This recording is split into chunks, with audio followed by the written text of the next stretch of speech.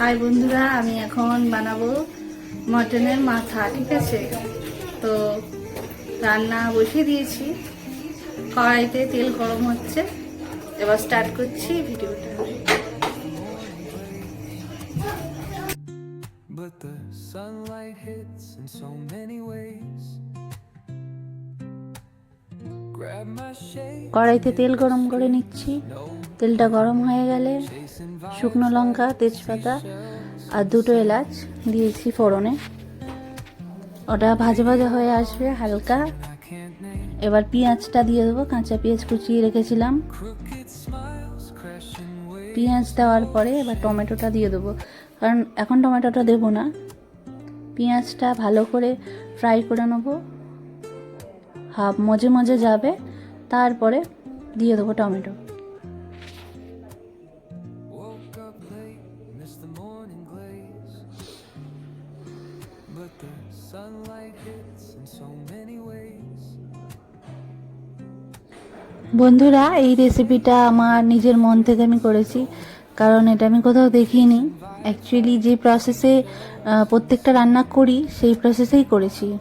তো আজকে আমার ইচ্ছে ছিল মাটনটা একটু ব্ল্যাক, যাতে কালো কালো হয়, কারণ আমার হাজব্যান্ড আগের দিন মটন খেয়েছিল এক জায়গায়, তো সেখানে কালো কালো টাইপের একটু মটন খেয়েছিল কষা।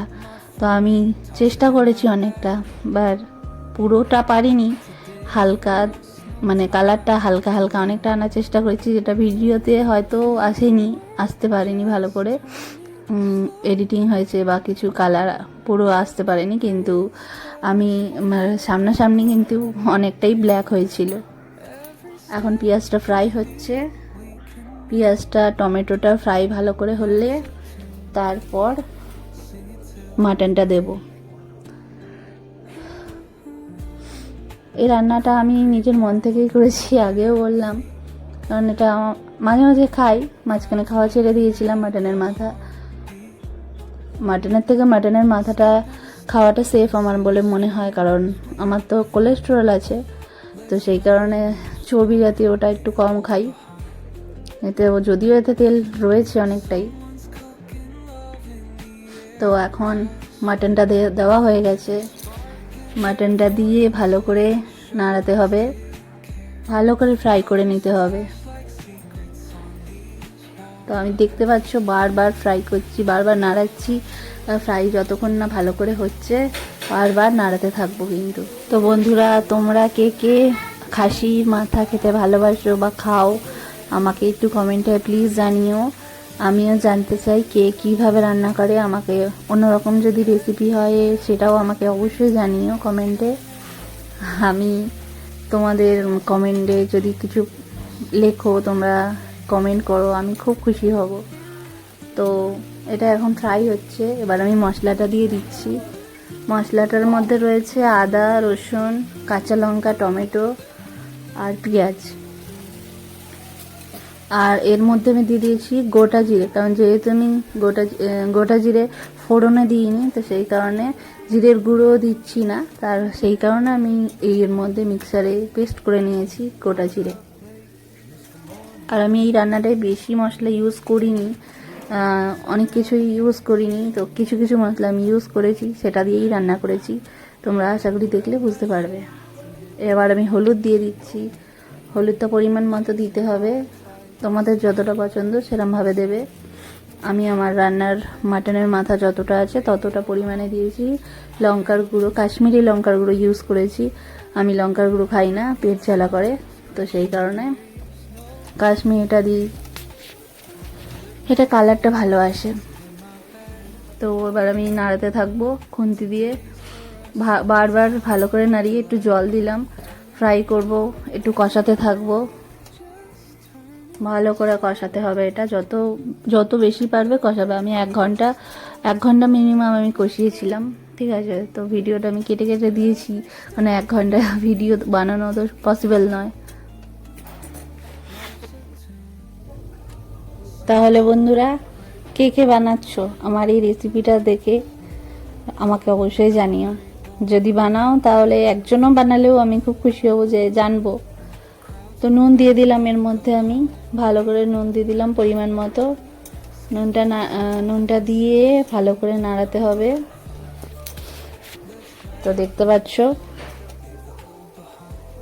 অনেকদিন পরে রান্না করছি, তো রান্নার হাতটা এখন আমার মাই রান্না করে, তাই মাঝে মধ্যে রান্না করি, বাচ্চাকে দেখতে হয়। বাচ্চা একটু জল দিয়ে দিলাম। আমি কিন্তু প্রথমে গরম জল ইউজ করেছি, তারপরে আমি ঠান্ডা জলেই করেছি বাকিটা। সবাই বলে শুধু গরম জল দিলেই নাকি বেশি টেস্ট হয়, কিন্তু না, কথাটা হয়তো হয়, কিন্তু আমি ঠান্ডা জলেও করি, কিন্তু একই টেস্ট আসে। তো আমি দিয়ে দিচ্ছি ভালো করে, জল দিয়ে ভালো করে কষিয়ে বারবার ঢাকা দিয়ে রাখছি, ঢাকা দিয়ে লো ফ্লেমে কষাচ্ছি।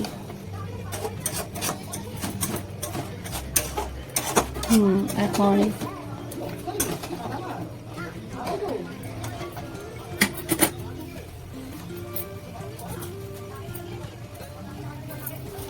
তো এখন আমি একটু সামান্য কিছু পরিমাণ চিনি দিয়েছি, যাতে টেস্টটা ফোটে ভালো করে। চিনিটা দিলে কি হয়, টেস্টটা ভালো করে খোলে। আর একটু চিকেন মশলা ছিল, ওটাও একটু দিয়ে দিলাম, ওটা আমার বুদ্ধি, নিজের মন থেকেই দিলাম।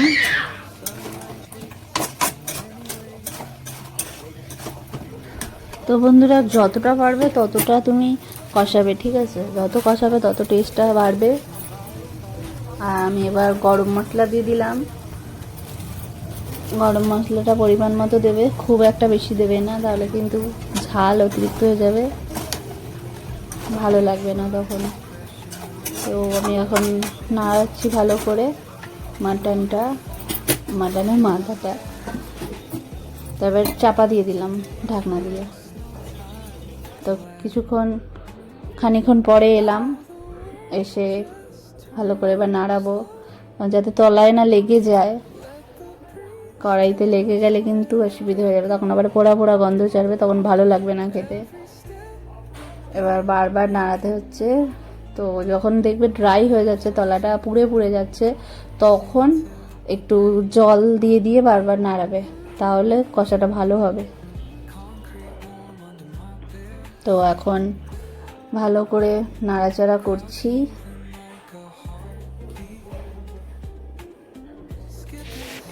হাজব্যান্ড হঠাৎ করে নিয়ে এলো, বললো যে আজকে এটা করো। স্যাটারডে ছিল সেদিন, লোভে পরে করেই নিয়েছি, কারণ স্যাটারডেতে এমনিতেই আমি খাই নিরামিষ। তো ভিডিওটা স্যাটারডেতেই করেছি, ঠিক আছে? এডিটিং করতে করতে টাইম হয়ে গেছে।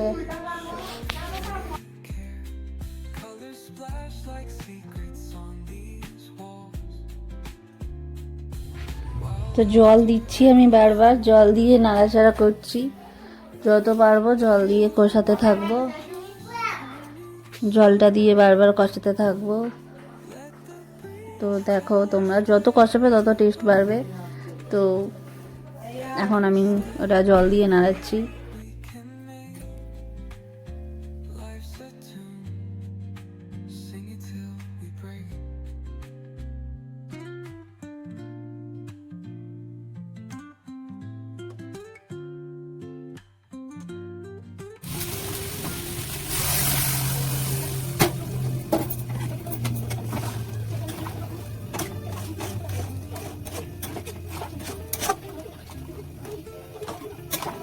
তো বন্ধুরা, এবার আমি জলটা একটু বেশি করেই দিলাম, যাতে একটু গ্রেভিও হয়, গ্রেভি না মানে একটু সেদ্ধগুলো ভালো করে হয়, যেহেতু কড়াইতে করছি।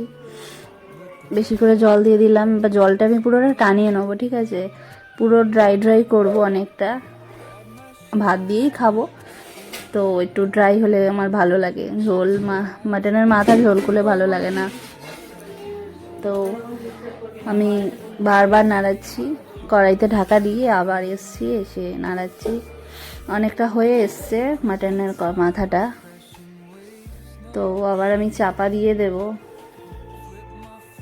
অনেকক্ষণ পরে আবার আমি ফিরে আসছি, ফিরে এসে আবার অনেকটা হয়ে গেছে, আর একটু আমি শুকাবো। তো দেখতে পাচ্ছ তোমরা কতটা কালারটা চেঞ্জ হয়েছে।